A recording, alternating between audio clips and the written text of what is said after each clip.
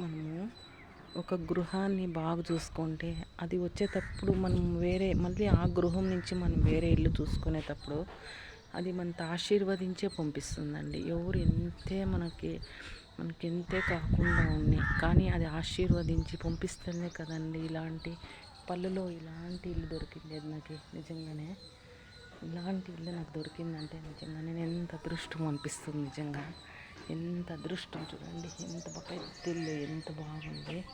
వాళ్ళు రూమ్ కూడా ఇచ్చినారు. ఎంత ప్రశాంతమైన వాతావరణం ఉంది చూడండి ఇక్కడ.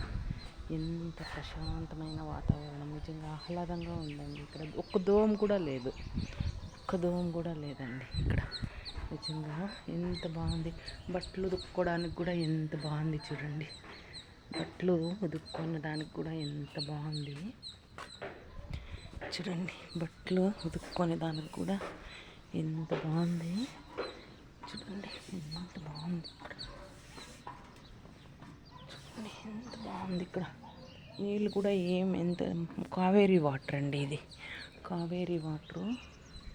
ఎంత ప్రశాంతంగా ఉంది చూడండి, ఎంత ప్రశాంతంగా కావేరీ వాటర్, ఎంత ప్రశాంతంగా ఉంది చూడండి.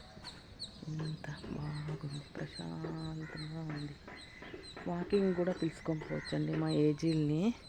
ఎంత బాగుంది, ఎంత ప్రశాంతంగా. ఒక గృహాన్ని మనము ఇష్టం పడి బాగా పూజ చేస్తే ఎప్పుడన్నా కానీ అది మనతో ఆశీర్వదిస్తుందండి.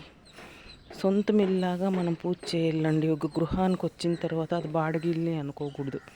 ప్రేమగా ఇష్టంగా పూజ చేసి మనం ఇష్టంగా బాగా చూసుకుంటే నాకు ఉండే గృహమే నన్ను ఆశీర్వదించి పంపించిందండి. నేను అనుకుంటాను ఆ గృహమే నన్ను ఆశీర్వదించేదానికి నాకు ఇలాంటి ఇల్లు నాకు దొరికిందండి. ఒక్క రోజులో దొరికింది చూడండి నాకు. శనివారం మనం వేరే ఇంటికి పోయినాం, సోమవారం ఒక్క రోజులో నాకు దొరికిందండి ఇల్లు. ఒక్క రోజులో నేను అన్వేషిస్తే ఒక్క రోజులో నాకు దొరికింది.